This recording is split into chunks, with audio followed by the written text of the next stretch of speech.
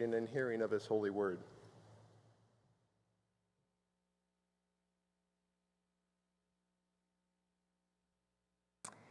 Today begins the first Sunday in a sermon series Pastor Zigrid and I are preaching, calling Bread of Life.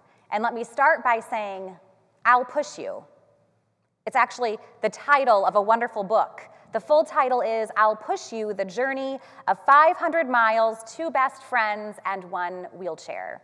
It's a real-life, first-person account of Patrick Gray and Justin Skisuk. Heather Fisher gifted me this book a few years back, and it quickly became one of my favorites. I highly recommend it. It's also the title of Patrick and Justin's documentary that came out of their experience. Their friendship was kind of remarkable from the start. Patrick and Justin's families had been connected long before they were even born, which happened to be only 36 hours apart. Justin and Patrick grew up together in Oregon, and they write about building forts and playing in the dirt on long summer days, sledding down canyon sides in the winter, and celebrating all of life's big moments together as best friends. Eventually, that would include celebrating each other's weddings and the births of their children. And they also share the same deep faith.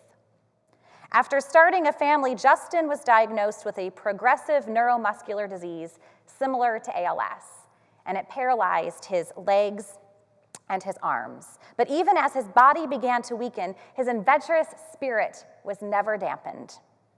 In fact, he told Patrick one day, as his disease progressed to the point that he needed a wheelchair, that he dreamed of traversing the Camino de Santiago, which is a trail/spiritual pilgrimage that runs through the mountains of northern Spain. But he knew he couldn't do it alone. So, as the title of the book suggests, his best friend looked at him and said, "I'll push you." Their book is full of stories capturing their resilience. Justin and Patrick traveled the full 500 miles together through rough terrain, bringing just a couple of friends who served as their camera crew. And then they met other travelers known as pilgrims along their journey. We read about the numerous times other pilgrims offered their help, sometimes staying with Justin and Patrick and their small crew for days just to help them through particularly challenging parts of the trail. The part of Justin and Patrick's story, though, that continues to speak to me is a moment from relatively early in their trip and in their story. They had rigged Justin's wheelchair to make it easier to push, adding a third wheel in the front, and lighter to carry, making an aluminum frame. But at one point early in the trip, the front wheel broke off. As you can imagine, this could have been devastating to the rest of their plans. They wouldn't be able to go much farther with a broken chair. Getting it repaired required traveling 2 miles to the nearest town, where they finally found a bike repair store. Well, the owner of that store took a look and said, "I'm sorry, I can't fix it. You need a welder." "I have a welder friend." And that welder came and took a look at it and said, "I'm so sorry. I don't weld aluminum, but I know a guy." So the game of telephone eventually paid off, and only 48 hours after the wheelchair was broken, Justin and Patrick were back on the trail. After their book was published and the documentary released, Patrick and Justin began to give presentations on a talking tour of sorts, and I watched a video of one of these presentations. Patrick said this about that particular experience on their trip. He said, "It was a remarkable episode of provision from complete strangers." Our readings today speak of a similar kind of provision. Psalm 78 recounts the story of God providing manna from heaven for Moses and the Israelites in the wilderness. And our gospel reading from John brings us to the days following Jesus' miraculous feeding of a crowd of 5,000 people. Jesus and his disciples had left Capernaum, where he'd fed the people, and the very next day the crowd went to find him. They finally find him and they ask, "What sign will you show us that we might believe in you?" He had just multiplied bread and fish, and they ate it. And now they want to know, what will Jesus do to show them he is the Son of God? I am inclined to call this crowd inattentive. I so badly want Jesus to take them by the shoulders and shake some sense into them while he says, "What sign? I made enough food for all of you to eat. That was it. I did the thing." But instead, during this conversation, Jesus ultimately tells the people, "For the bread of God is that which comes down from heaven and gives life to the world." He is indeed describing himself and the kind of spiritual nourishment offered through our faith in him. But let us not forget something very important. Jesus actually fed people, providing food for their very real, very hungry bodies. That was the thing. That was the miracle. The bread of life is simultaneously spiritual and a very tangible necessity. In other words, sometimes bread is metaphor, and sometimes bread is bread.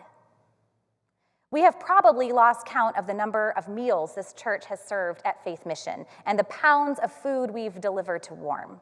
But month after month, volunteers from this community donate, cook, and serve food to hungry adults and children. Have you ever known of a child who struggled to focus in school because their belly was growling? One day, a crowd surrounded Jesus, and it didn't matter how interesting he was. Their empty stomachs would make it impossible for them to focus. We feed hungry people. Sometimes bread is bread, and without it, we don't even have the energy to hear the good news. Sometimes bread is stuff. Last week, our friends at the Community for New Direction stopped by our church to pick up the donations we collected for 5 first-generation college-bound students from here in the Columbus area.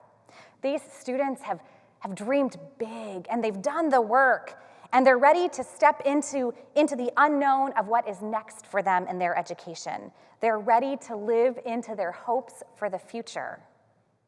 And as the Community for New Direction website explains, they also come from the most at-need populations in our own area. They need the supplies to realize their potential. Thanks to you, they have more than their metaphorical needs met. They have binders and bedding and printer paper and flash drives and microwaves for food. They have everything they need to propel them forward. Your support provided them with tangible hope. Sometimes bread is a repaired wheelchair. Justin and Patrick set out on a physical and spiritual quest. Without a bike repair shop owner, 2 welders, and a team of people helping them get back on the actual trail, their faith exploration would have been cut short too. In each of these stories, people needed some kind of palpable help. Physical needs are necessary to survive and thrive. We can't go forward in life without the essentials. Bread is that which sustains us, fueling us for what lies ahead. And in that very real sense, it is also the nourishment that transcends anything physical or practical as I've described. Yes, we're finally getting to the spiritual sustenance.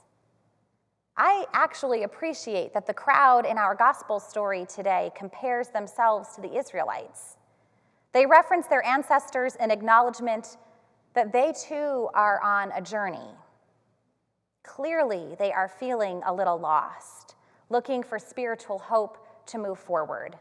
Not yet able to see Jesus as divine, the people are looking for evidence that God is with them, providing for them. Have you ever looked so hard for something that you've missed it when it's right in front of you? I have wandered around our house looking for my sunglasses, having no idea they're on top of my head. And it wasn't that long ago, I was in a grocery store and I overheard a young man on the phone saying, "Mom, I know you texted me the shopping list, but I can't find my phone anywhere. Can you just tell me what it is I need to buy?" Bless his heart. He took the phone. I saw him look at it, put it back to his ear, and I just walked away. I didn't want him to be any more embarrassed. He said, "Right, Mom, got it." Like those who sought out Jesus that day, sometimes we miss the most obvious things. Sometimes it's easier to cry out to God, asking for help, than it is to see the ways that God is already at work in our lives. In addition to needing a wheelchair that could withstand the Pyrenees trails, Justin and Patrick carried with them a deep and abiding faith that they'd make it, not knowing what was ahead of them. In addition to healthy food and microwaves, students, no matter their age, need encouragement and motivation, a spirit that propels them onward, even if they don't know what their futures hold. Those of us who identify as Christian hold on to the promise that even though we don't know what's coming around the next turn, we're not in it alone. It is a hope so big, so genuine, it moves us.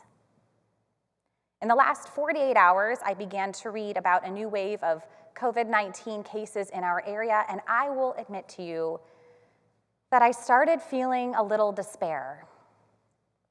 We started doing so much better, right? Returning to some sense of normalcy was really refreshing. I dislike wearing a mask. I dislike reserving my hugs. I love to hug. I definitely dislike staying distanced from those I love. But most importantly, I do not like worrying about the health of my friends and my family. I could feel some anxiety creeping up in me, and I wondered, where is God in this? Our tanks are running on empty, God, and we could use a little manna from heaven. How will you restore our souls? Where are the signs that you're here, Jesus? I think of Jesus approaching that crowd, except we're in it this time. And he takes us gently by the shoulders and shakes us and says, "What signs?" Our Creator brought doctors and nurses into the world to care for the sick. There are scientists creating life-saving vaccines and treatments. And even in your isolation, I've given you community, where you pray for each other and reach out to each other and care for each other. I did the things. Those are the signs. These are indeed very tangible gifts as evidence all around us. But Jesus didn't say those words to me exactly in my moment of prayer. This is what happened instead. I prayed and I asked, "God, where are you in this?" And then my mind took me to this table.